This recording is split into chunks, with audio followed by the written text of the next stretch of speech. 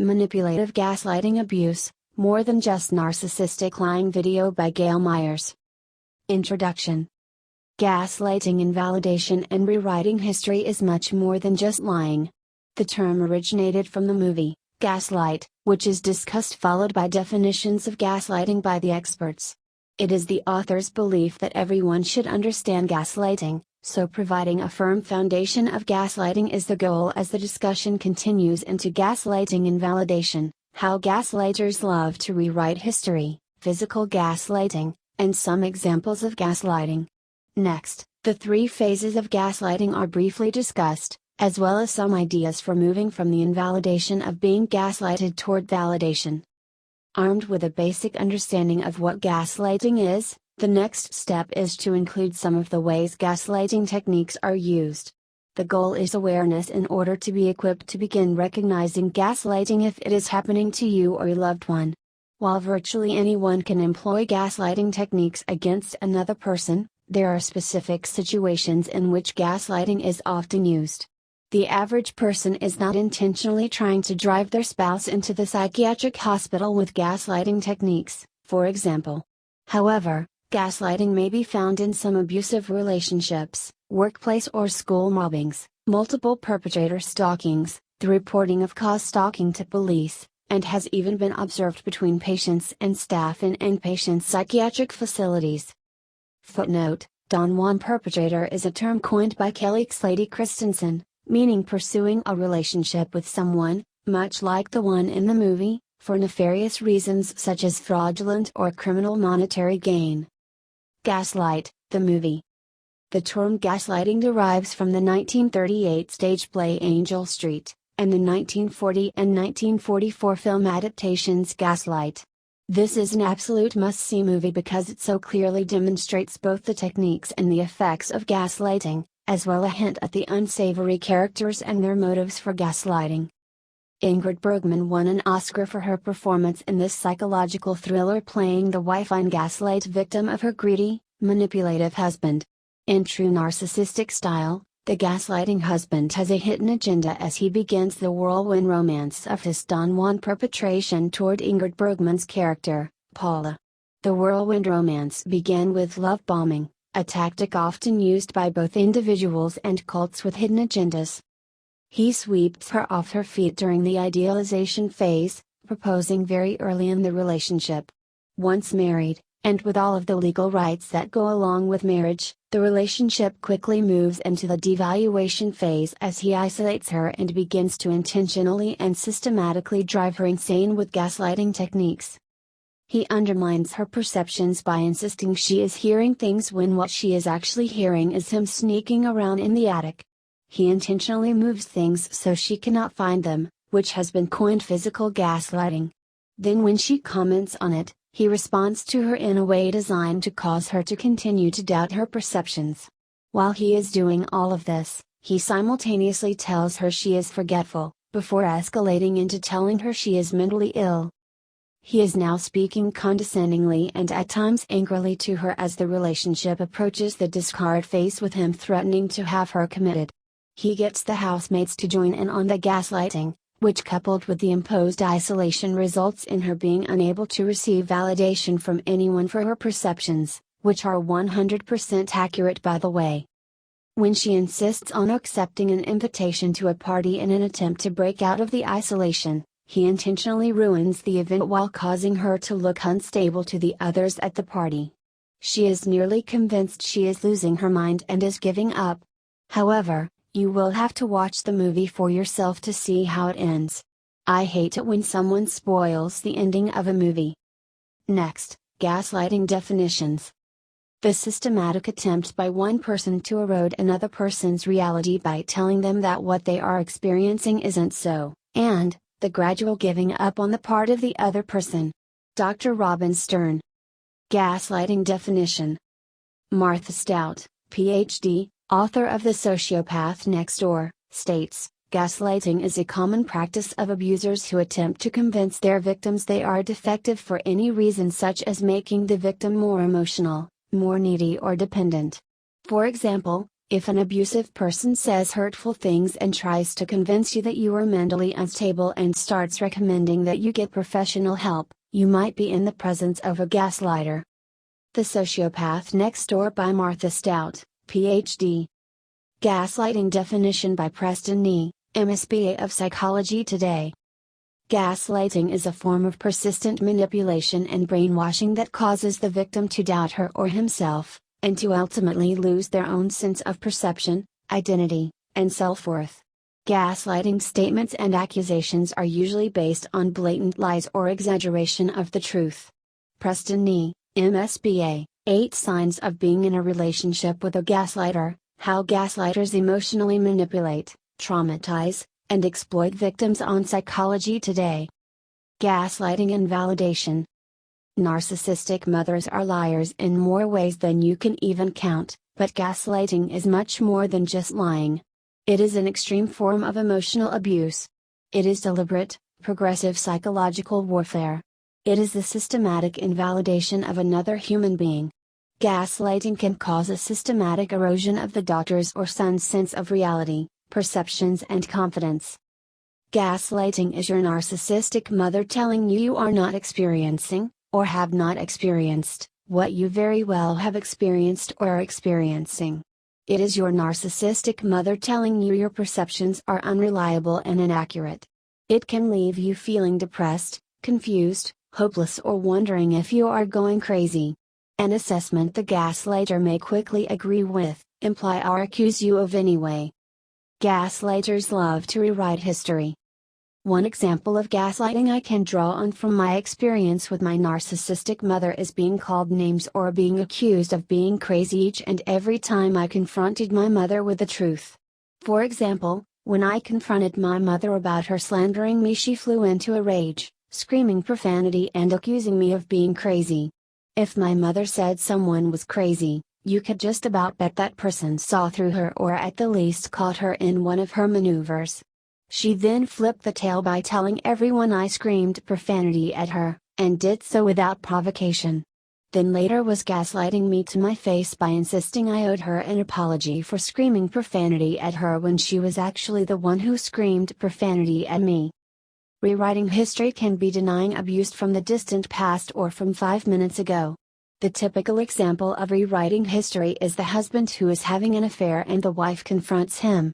Rather than admit the truth, he invalidated her perceptions, which are accurate, and tells her she's crazy, imagining things, or some other invalidating response.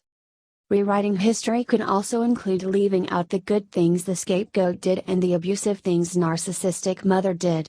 The typical example of this is the abusive husband who denies the physical abuse the next morning, acting as if it never happened.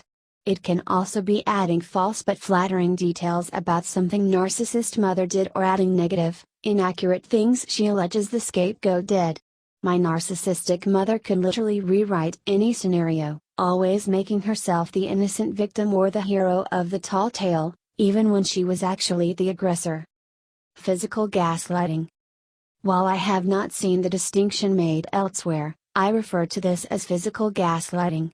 Physical gaslighting can accompany the verbal gaslighting as it does in the movie. In the movie, the psychopathic husband moves the wife's brooch, then suggests she's forgetful when she is unable to find it where she left it. While this is lying, it is aimed at undermining her perceptions, invalidating her. Physical gaslighting is what the Manson family did while breaking into homes during the creepy crawler burglaries of the late 1960s. They did not steal anything, just rearranged a few items enough to cause psychological distress. It was a cruel mind game involving the intentional infliction of emotional distress. Think about that for a minute. You realize someone has broke into your home. You cannot comfort yourself with the thought that perhaps it was just a petty thief who has violated your home, because nothing is missing.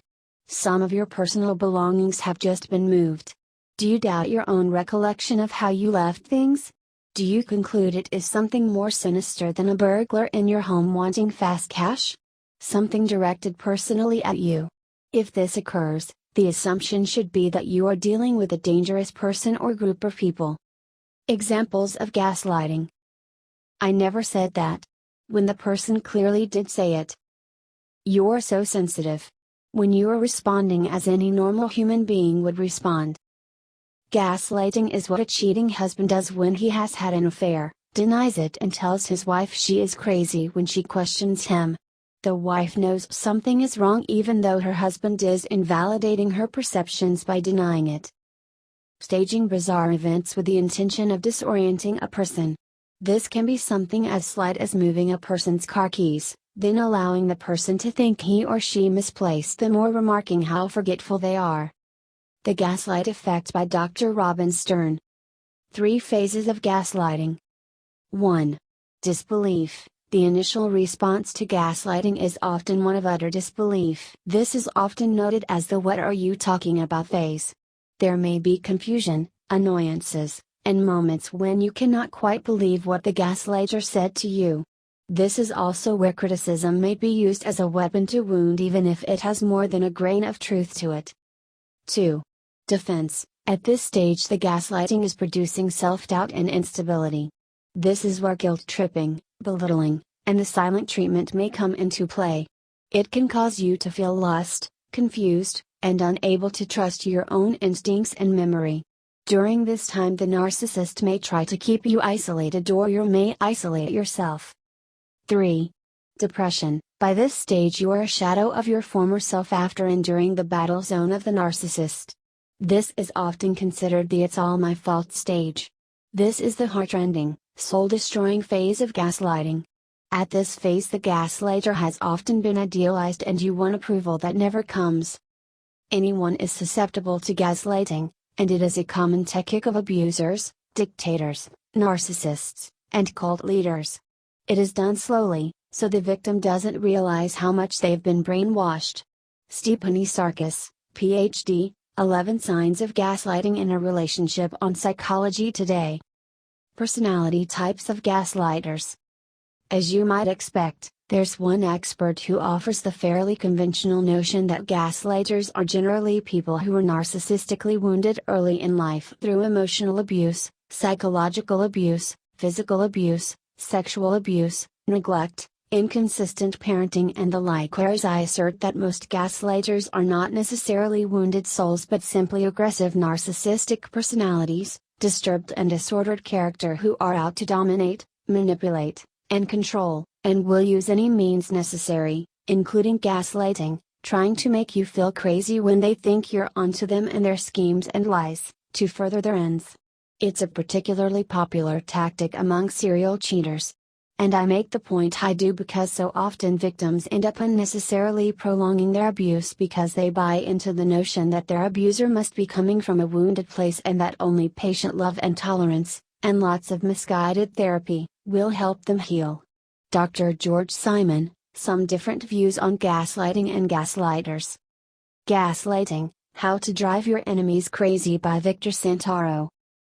Victor Santoro, in Gaslighting, How to Drive Your Enemies Crazy, states, a systematic array of techniques that destroy your target's mental equilibrium, self-confidence, and self-esteem, and is designed to drive your target nuts. Gaslighting is not conventional harassment or physical destruction, but highly refined and subtle psychological warfare. Jacobson and Godman report that some physically abusive spouses may gaslight their partners, even flatly denying that they have been violent. Psychologists Gertrude Gass and William C. Nichols use the term gaslighting to describe a dynamic observed in some cases of marital infidelity. Therapists may contribute to the victim's distress through mislabeling the woman's reactions. The gaslighting behaviors of the husband provide a recipe for the so-called nervous breakdown for some women, and suicide in some of the worst situations. Shrink for Men notes bullies use gaslighting in workplace mobbings. Psychologist Martha Stout, author of The Sociopath Next Door, states sociopaths frequently use gaslighting tactics. Sociopaths consistently transgress social mores, break laws, and exploit others, but are also typically charming and convincing liars who consistently deny wrongdoing. Sandra L. Brown, M.A., and Leon J. Leadham, M.D., authors of Women Who Love Psychopaths, Inside the Relationships of Inevitable Harm, discuss gaslighting and note, The psychopath will do all sorts of devious things to try to make the victim think they are mentally deficient or having a nervous breakdown, and that the psychopath enjoys the process of inflicting psychological damage. Gaslighting is used in alleged gang stalking campaigns. Furthermore, gaslighting has been observed between patients and staff in inpatient psychiatric facilities. Gaslighting during workplace or school mobbings.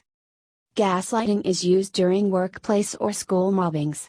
I have not heard of a fact pattern in which the perpetrator worked alone, but that multiple perpetrators work in teams to target an individual on the job or in the classroom. So, for example, your supervisor might be a bullying boss from hell who targets people in workplace mobbings. He might be able to get the secretary you sit next to go along with it, as well as a couple of his peers. The goal is to have you as surrounded, and therefore as isolated from normal people. This way the one giving the orders has better control over your environment, the responses of those around you, hence, the feedback, validation or invalidation you receive, and the criminally inflicted damage they are about to unleash. So the gaslighting here will likely be reinforced by multiple gaslighters. Stalker-directed conversation defined. Directed conversation definition by Gaslighting. Source: gaslighting during multiple perpetrator stalkings. Gaslighting seems to be so intertwined with multiple perpetrator stalkings that it may be difficult to separate the two. Multiple perpetrator stalking is when a person is stalked by multiple perpetrators, many of which may be unknown to the victim. One of the predominant features of these stalkers is to engage in directed conversation as defined in the above photo. Additionally, multiple perpetrator stalking will likely accompany a workplace or school mobbing, thereby causing the harassment to continue 24 hours a day, 7 days a week. The effects of gaslighting and narcissistic victim syndrome. Christine de Luikenenville Gaslighting quote, source: gaslighting by police or between patients and staff of psychiatric facilities. It has been my experience that the standard operating procedure of some law enforcement officers is to call the county mental health agency if someone attempts or persists in attempting to report multiple perpetrator stalking. This is the case even when the attempted reporting is done calmly and articulately, even though it is easy to imagine that is not so often the case. After all, you are talking about multiple perpetrators potentially violating a person, their loved ones, their property, their finances, career, records, and identity in very imaginable, and in many ways most of us who have not experienced such a malicious ongoing assault cannot begin to imagine. The advocate in me causes my thoughts to turn to those who have not yet learned about narcissistic maneuvers, whose words fail them as they attempt to relay to police what is happening to them. It is not easily accomplished without being able to name it, such as gaslighting. That is under perfect conditions, which are rarely, if ever, present. Then, I think of the teenagers trying to deal with all of this at such a tender age when they appear to be being targeted. I think of the elderly. I think of those who have any kind of blemish in their backgrounds, that will certainly be blown out of proportion and used against them. I think of those who did not grow up with cops, who might be intimidated or scared of police in the first place. I think of the way in which multiple perpetrator stalkers violate the privacy of even your own bathroom, and record it, and just such a time as this. The police response to reporting multiple perpetrator stalking is woefully inadequate at best, and at worst there appear to be quite a few police officers involved in stalking, and using their police powers to do so. The criminal justice system is failing to accomplish the very reason for their existence in the first place, and it is absolutely unacceptable. While it must be noted that nurses and doctors are also targeted by multiple perpetrator stalkers, the idea that the very ones who are trusted with the responsibility to diagnose, medicate, if need be, and administer a treatment plan, would themselves gaslight patients is disgusting. The sons and daughters of narcissistic mothers should be aware of the high-spectrum gaslighting potentially existing at this level. Copyright 2017 Gail Meyers, Echo Scapegoat Recovery Tactics on Patreon.